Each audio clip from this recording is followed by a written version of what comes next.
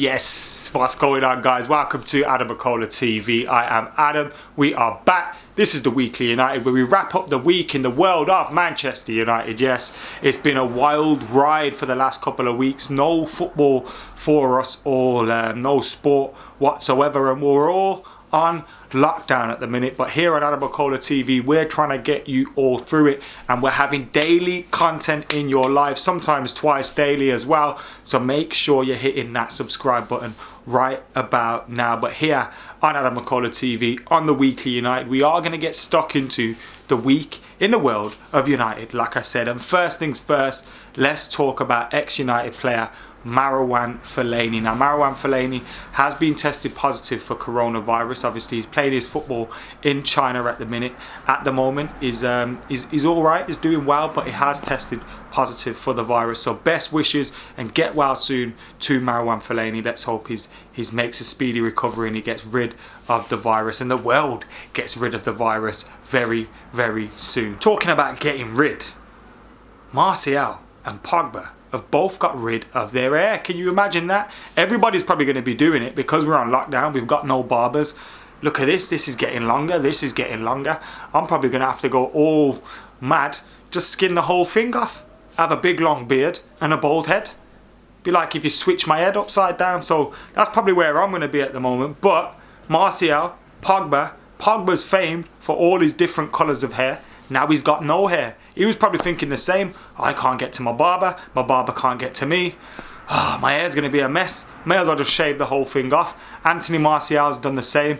I seen someone on Twitter comparing him to Henry and Zidane when they were bald, which is obviously a great comparison. And looking forward to seeing Pogba on the pitch, Martial on the pitch, whether they're bald or not. But it's a new style and a new look for both of them. And talking about Paul Pogba, ESPN have reported this week that Manchester United are confident that he will stay at the club. Obviously, with the coronavirus currently affecting the football world and affecting the whole world, no seasons being completed as of yet. We don't know when the transfer window is going to open. Clubs are losing money because of the fact there's no games, no TV money, no tickets, sales, none of that stuff going on at the moment. So clubs are losing money.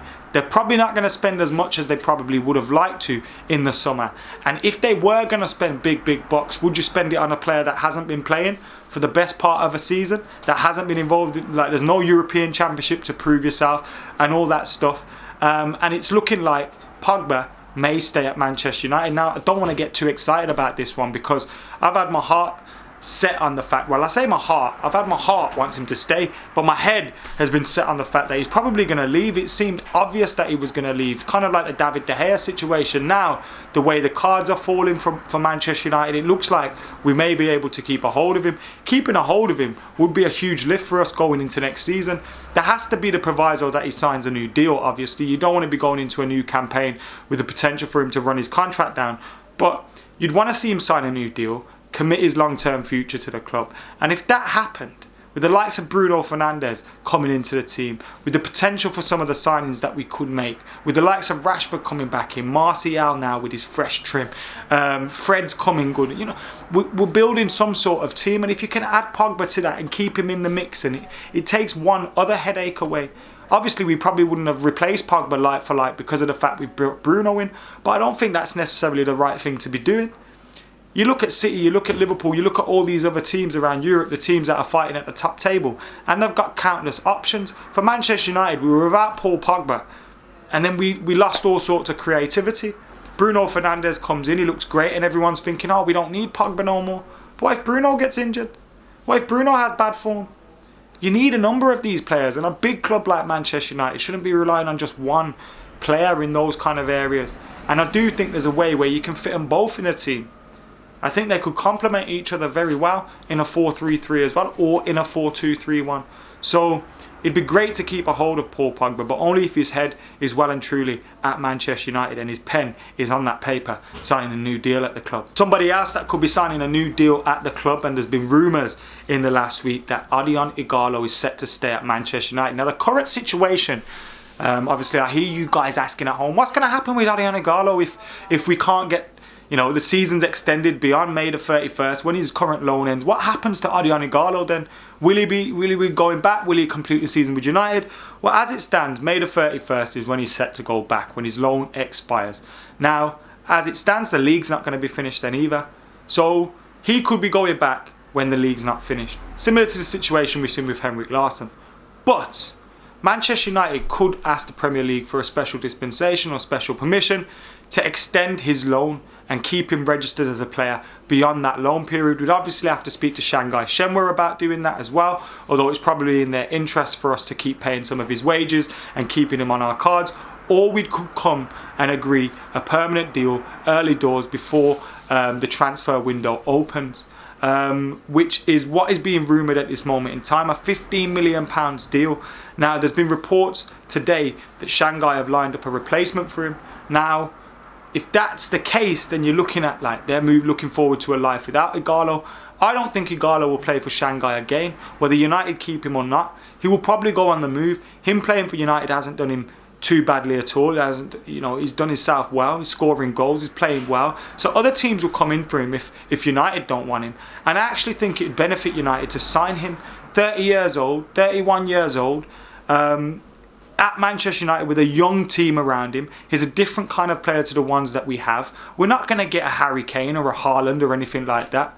So keeping him there and allowing Mason Greenwood, Martial, Rashford to still be your first choices in those positions and allowing him to be that plan B and that rotation option is a quality option to have, and I wouldn't mind us making that deal happen. £15 million as well. It wouldn't be a great chunk of our transfer spending. You'd probably think it'd be about 10% of it. And if you can get that sorted, because we do need a striker. If you can get a striker sorted for that cheap, a player that's already settled, a player that wants to be at the club, then go and make that happen. Sign him up. Sign up Odion Ighalo. I want to see it happen. I'm the chief member of Ighalo FC. I want to see Odion Ighalo staying. Now, with the world locked off and no one going to be in meetings, no one doing all that stuff, I'm surprised these rumours are still rolling, but we know how the journalists like to make things up. So we do have to take everything in this period of time with a pinch of salt. But someone that tends to not just make things up is Fabrizio Romano.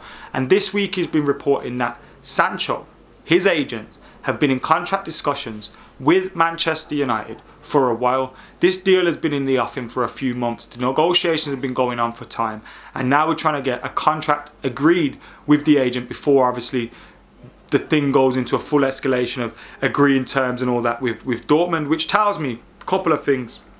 If that's the case, everyone knows Sancho's leaving. It looks assert that he's leaving. We've also heard over the last week that it's the Premier League he wants to go to. Now, there's a number of teams that can come into the equation there. I'm not saying it's a one-horse race with United, and I'm not counting my chickens, although I did a video this week which looked at what we could line up like with Sancho in the team. Plug. But, United, Chelsea, Liverpool, if we're in for him, there's a strong possibility we could sign him. You see him shacking up with Jesse Lingard and Marcus Rashford and being busy mates with them. And that's not to say he will sign. He'll still be mates with them even if he signed for someone else. But United at this moment in time appear to be leading the race, and that's what all these reports are saying. United are leading the race. United are in front. We're chatting with his agents, etc, etc. Now, fingers crossed this is something that we can pull off. But when is the transfer window even going to open? Nobody knows. Nobody knows when this transfer window opens, because no one knows when the current season is going to end or begin again, or even when if it will. So the footballing world, the transfer world is all going to be a little bit weird in the next couple of months. But Jadon Sancho to Manchester United is probably one of those things that will be a constant throughout this. The rumours will constantly be there, and I'm sure there'll be some serious action in the summer, whether United get the deal done or not. What's good about all this though as well is it looks like United are being proactive in getting their business done. Now, something that we know is going to happen. Alexis Sanchez will return to Manchester United. That's obvious because he's only on loan at Inter Milan. And the fact the season's gone the way it's gone, with it not even ending and him not playing much football for them, Alexis Sanchez isn't going to be signed up by Inter Milan.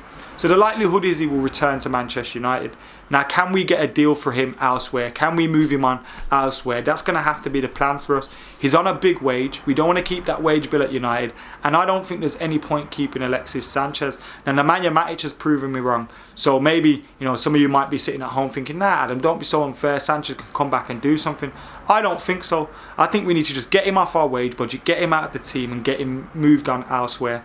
That's going to be difficult because of the fact his wages are so large, and it will probably end up being another loan move where we're paying part of his wages. But I don't think he's a player we should be bringing back into the mix. I just think it's obvious that he is going to come back. It's obvious that Ollie's going to say, yeah, he's coming back and we're happy to have him back, because they're going to have to try and retain some of his value, even if they don't mean those things. They're going to want to make other clubs think, they want to keep him. Surely there's a reason for that. Maybe we should go in for him. So Alexis Sanchez returning is going to be a headline, but it's an obvious headline because it contractually has to happen. He's on loan, for God's sake. You can tell it's been a quiet news week when you look at some of the stories that have been popping up, and this is another one of them. A Bruno voicemail leak. No, Piers Morgan hasn't been at it again. It's some of Bruno Fernandez's WhatsApp messages and audio notes were leaked. And this happened a long time ago. That's all I'm going to say. These headlines popped up again, so I thought, hey, let me check this out. It's some WhatsApp notes been coming out from Bruno about his time at United. This could be interesting. No, it's stuff that happened at Sporting. It's great about his character that, Bruno Fernandez is speaking about players that don't want to be there and being pissed off with those sort of characters. And it's great to have that kind of character and leadership in the dressing room. But this is old news, and you can tell the newspapers are struggling. You can also tell the newspapers are struggling when they pull out headlines like this. Mason Greenwood under fire, uncertain future at Manchester United. Are you taking the piss? He's an 18-year-old. How could his place be in trouble at United? 18-year-old, scored 12 goals for the club. He's made about 15 starts, 20 from the bench. He's outperforming anyone's expectations of him this season. He's the most natural finisher at the club on left or right foot. And he's got a bright future ahead of him. He's only going to improve. He doesn't look like a player that needs to move, does he? What are you talking about? They're saying that United are going to sign a striker even if we keep Ighalo. Nonsense. There's no chance we sign. They're using in this article, talking about Aubameyang and Timo Werner. We're not signing them. We're not signing them. Mason Greenwood's future, Mason Greenwood's position is not in trouble at Manchester United. If anything, he's probably one of the most safe because of the fact of how much of a talent he is, how prodigious of a talent he is, and how fucking good he is. Stop talking nonsense. Glad I got that off my chest. Anyway, guys, thank you for tuning in to Adam McKola TV. This has been another Weekly United. I hope you've enjoyed this show. Remember, we've got daily content coming for you on Adam McKola TV. United Daily, which will be live at 10 a.m. on Adam McKola TV every single day. Unless something happens to me, or unless football returns and it's match days again, then I'll have a new schedule on the channel. But for the foreseeable future, we will be live at 10 a.m. on Adam McKola TV, 10 a.m. UK time with United Daily, and we'll try and get as many videos posted for you around that as well as possible. Daily videos like the Weekly United, like transfer videos, like the one I did on Jadon Sancho, the one we did on Bruno and Pogba. Whatever you want to see, let us know in the comments below. And I'm going to try and get Steve and Joe and all them guys on Skype as well. So make sure you're keeping it locked to Adam McKola TV for much more content. Like, comment, share, subscribe, and now you can join as well if you want to. If you want to support the channel a little bit more, help me create more content, then click that join button, get joined up, and become an exclusive member of the team. Thank you for joining us here on Adam McKola TV. Like, comment, share, subscribe. I'm out of here.